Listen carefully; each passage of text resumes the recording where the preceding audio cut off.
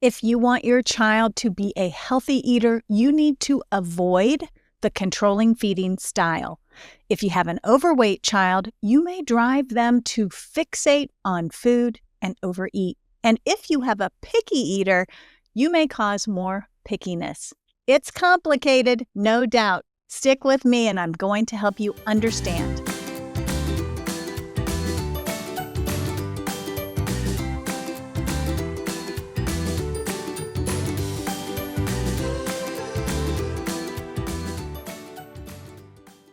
So today we're talking about the controlling feeding style. But as a recap, I want to go over with you the three main feeding styles. Number one, the indulgent feeding style. This is a child-centered way of feeding kids where we defer to what the child wants, their food preferences. Whenever they're hungry, we flex to them.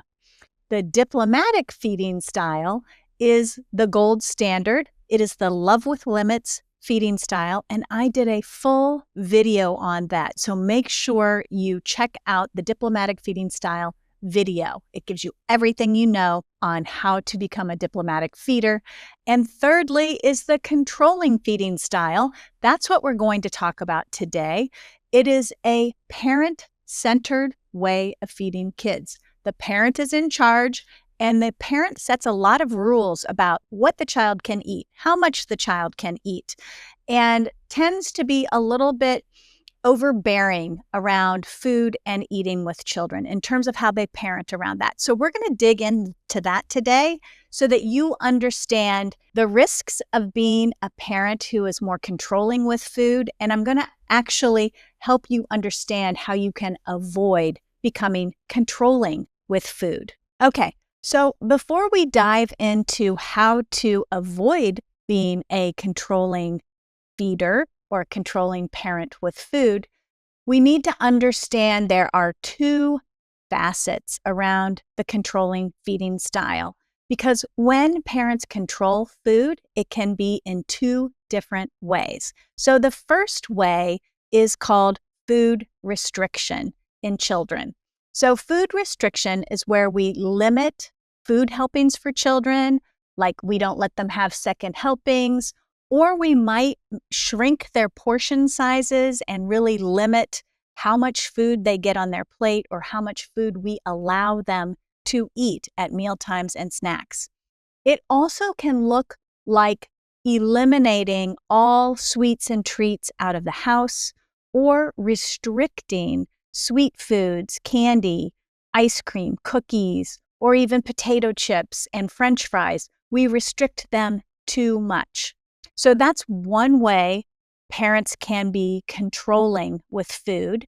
But the other way is when we pressure our kids to eat or we are forcing the food on children. So that can look like nagging your child to take a bite, reminding them to drink their milk, asking them to try something new or to take another bite of food. Again, it's the repetitiveness of doing this, nagging, reminding, and asking that becomes most off-putting to children. Forcing the food on children can look like you must take 2 more bites before you leave the table, or it can be punishment to punishing a child because they're not eating the right foods or they're not eating enough. So 2 ways that the controlling feeding style can show up in our parenting. So why is the controlling feeding style the worst way to feed kids? Well, research has shown that children who experience a controlling feeding style have poor appetite regulation. So they don't stop eating when they're satisfied or full. They eat to excess, or they lose connection with their appetite cues. They start to get confused about when they're hungry and when they're not hungry. So again, going back to that food restriction piece where parents are controlling second helpings or portions of food, when your child is in a larger body or you have an overweight child and they experience food restriction, guess what happens? they can develop a scarcity mindset. They get nervous that they're not going to be able to have the foods they really like. They get nervous that they're not going to get enough food to eat, that they'll go hungry, and they start to fixate on food. And sometimes they overeat food when that restricted food is available. So, for example, if a child is not allowed to have any sweets in the home, sweets are restricted, that child might be thinking a lot about sugary foods and sweets. And so when they go to a party and there's a lot of sweets and treats around, they lose control of their eating and they overeat. So we see this happening in overweight children who are experiencing food restriction. And unfortunately, what can happen is they can start to gain unhealthy weight. And it all circles back to that controlling feeding style and using food restriction as a way to control the child's overall food consumption. Now let's look at the picky eater. So picky eaters are different. When you are using a controlling feeding style with a picky eater, you might be pressuring them to eat, asking them to take another bite, asking them to try new food, reminding them to drink their milk. What happens when picky eaters experience pressure to eat? They become pickier. Yes, they start to push back on that pressure and start to refuse to eat foods. They eat less, and research tells us that they might learn to dislike the foods you're trying to get them to eat. And oftentimes, this is vegetables. So, that controlling feeding style, when it shows up as food restriction or it shows up as pressure to eat, is no good. It doesn't have good outcomes for children. The other outcomes that we see from the research is that children who experience the controlling feeding style have poorer food choices and dietary balance. Especially we see this in the picky eater. They can develop nutrient inadequacies. In the overweight child, we can see that they sneak food or they eat in secret when nobody's around. So again, when children are being restricted from certain foods, they tend to fixate on those food and they seek them out. And sometimes eating in secret or sneaking and hiding food in the bedroom is a common outcome from being too restrictive with food. Again, these are that controlling feeding style and the outcomes research that we know in children. So if you're sitting there listening to this video and you're like, I think this could be me, here's how you can avoid using the controlling feeding style. Number one, practice the exact opposite, which is the diplomatic feeding style. Again, I created a video about the diplomatic feeding style, and you can watch it after you see this video. So be sure, it'll be linked below, and you can see it here on the screen. Remember, diplomatic feeding style. Have a structure with your meals and snacks. Use boundaries around access to food that are supportive of your structure. And 3, make sure you're giving children a choice, a reasonable choice, so you can tap into their autonomy and their independence with eating.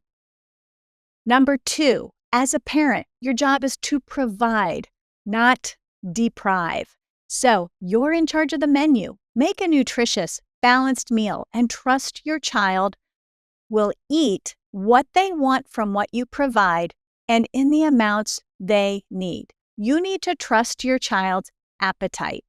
And if you're dealing with a child who is overweight, you don't want to restrict their portions or the foods that they can eat. You want to have a nice balance of nutritious foods out there. They can choose and help themselves from those foods, but that is what the menu is.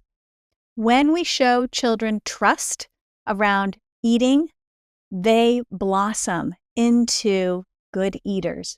When we don't show trust, we do things like restrict their food, control their portions, and try to handle their eating. And from my experience of over 30 years of working with children and families, this never pans out well.